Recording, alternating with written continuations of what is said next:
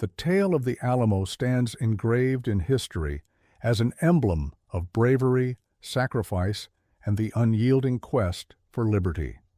Yet, what if much of what you believed about this famed encounter only scratches the surface? Behind the heroic narratives and passionate battle cries lies a far more intricate and unexpected account, a story woven with political scheming, unkept promises, concealed motives, and human weaknesses that shaped Texas's destiny and altered the flow of history permanently. In this video, we plunge into 8 puzzling aspects of the Alamo that never quite added up, revealing delicate alliances, desperate choices, and bitter rivalries that defined those critical 13 days. You will learn how the settlers' goals clashed with Mexican laws, how a seemingly minor order triggered a revolution, and why the defenders found themselves overwhelmingly outnumbered and ill-equipped for what was coming.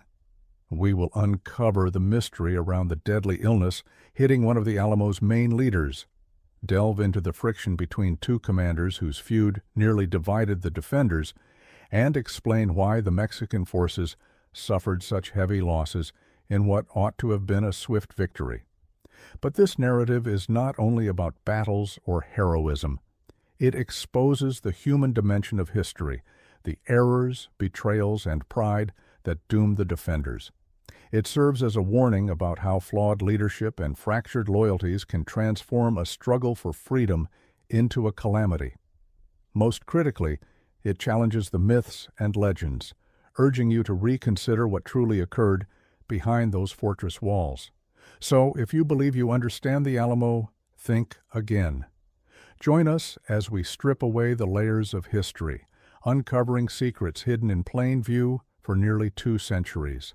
By the end of this video, you will view the Alamo not just as a fight, but as a saga of ambition, defiance, and enigma that still resonates through time. If you're prepared to reveal the truth and explore history like never before, make sure to hit that like button and subscribe to the channel.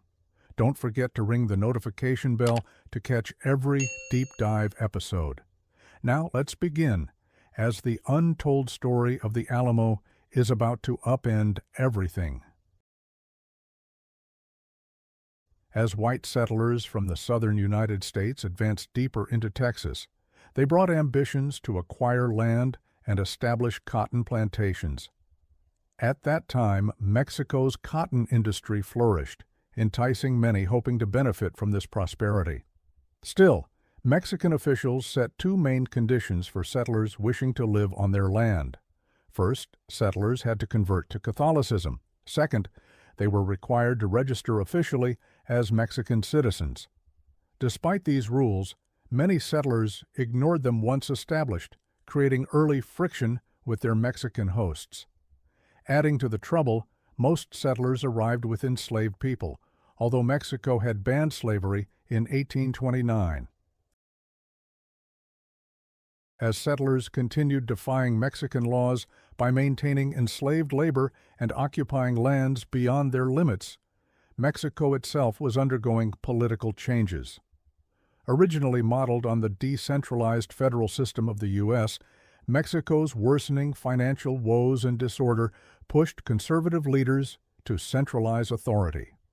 With the new centralized regime, enforcement of tariffs, anti-slavery laws, and immigration rules tightened. For settlers along the borderlands of Mexican Texas, these shifts caused serious problems. Many were undocumented migrants relying heavily on enslaved labor for their economic ventures. Viewing these policies as oppressive, they began to rebel. Mexican officials blamed the unrest on illegal American migrants refusing to abide by the laws. The first armed clash of the Texas Revolution occurred in October 1835 at Gonzales, though tensions had been building days earlier in an American settlement founded by Green DeWitt. DeWitt had persuaded Mexican authorities to provide a 6-pound cannon to defend the colony against raids by indigenous groups considered threats.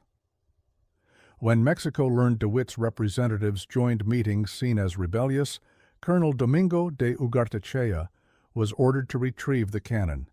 Expecting some resistance, he likely never imagined this routine task would ignite conflict between Texan settlers and Mexican troops, escalating into open war and eventually a full-scale revolution. True to their defiant spirit, Texans refused to give up the cannon. They even draped a flag across it, boldly stating, "Come and take it." Within days, Texan forces grew to over 160 men. They launched a surprise attack that overwhelmed Mexican troops. This skirmish marked the true start of the Texas Revolution. The Alamo, now famous as a fort, began as Mission San Antonio de Valero, a religious complex functioning as a missionary and resource center. After repeated indigenous attacks, the Mexican military transformed the site into a temporary fort. However, its design was aimed at defense against local raids, not heavy artillery, and it lacked proper rifle ports. Elevated walkways let defenders shoot over walls, but left them dangerously exposed. After the Battle of Gonzales, many settlers who helped fend off Mexican troops returned home, leaving fewer than 200 men to hold the Alamo, a number too small for such a large fortification.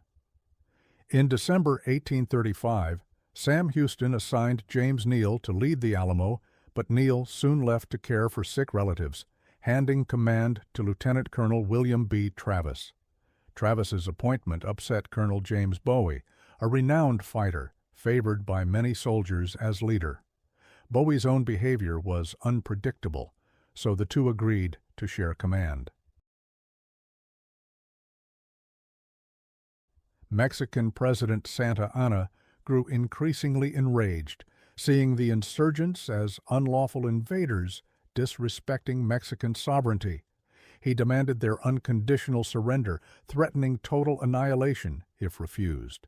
The Texans spat on his offer, prompting Santa Anna to brand them traitors and declare no mercy would be shown, a stance he communicated to U.S. President Andrew Jackson, who neither publicized the warning nor alerted American volunteers that captured rebels would face execution.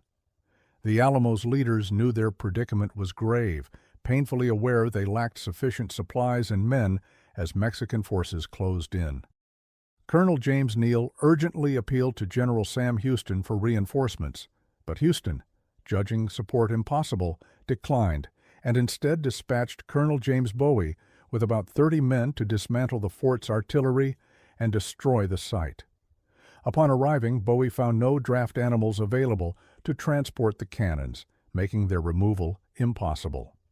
Seeing the Alamo's strategic importance, Bowie bypassed Houston and appealed directly to the Texas Provisional Government for reinforcements and arms. But his plea was rejected amid political turmoil. Even if aid had been approved, it probably would have come too late.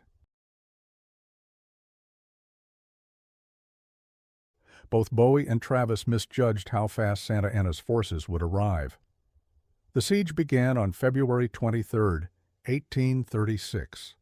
News of the Mexican army's advance triggered mass evacuations in nearby Bezar. Although unsure, Travis posted a lookout in the San Fernando Church bell tower, and within hours, scouts reported Mexican troops less than 2 miles away. The Texans were woefully unprepared with only 188 defenders, many untrained volunteers, facing Santa Anna's 1,500 soldiers. Despite this, the Texans refused to surrender when Santa Anna raised a red flag signaling no mercy. Travis defiantly fired a cannon at the Mexican lines, sealing the garrison's fate and starting the siege. Bowie viewed these aggressive moves as reckless and sent an envoy to negotiate with Santa Anna, while Travis, frustrated by Bowie's interference, dispatched his own messenger. Both envoys were met by Mexican officers who demanded unconditional surrender.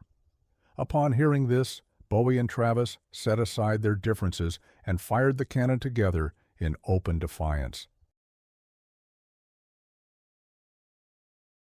The Alamo's defenders faced overwhelming odds, both numerically and in firepower. Many might expect that leadership came from Colonel James Bowie, given his combat experience. However, by the siege's second day, Bowie was gravely ill and completely incapacitated. 2 doctors, including the Alamo's physician, examined him but could not identify the cause. Bowie was occasionally brought forth to encourage the men, but historians believe seeing their hero bedridden actually lowered morale among the largely inexperienced defenders. In the final hours, Bowie handed command to Travis. He died alongside all 188 defenders, though his family members sheltering at the fort survived. The siege ended on March 6, 1836, after 13 days, with every Texan fighter killed and only women and children spared. Despite the defeat, historians estimate the small Alamo force inflicted about 600 casualties on the Mexican army. More crucially, the Alamo's fall sparked a wave of Texan defiance, transforming the loss into a battle cry that fueled the revolution and the fight for Texas independence. Though the Alamo fell, claiming 188 defenders' lives, it ignited a revolution. Yet the legacy of those 13 days remains cloaked in mystery. Why did Travis and Bowie, despite their feud, fire that last cannon together?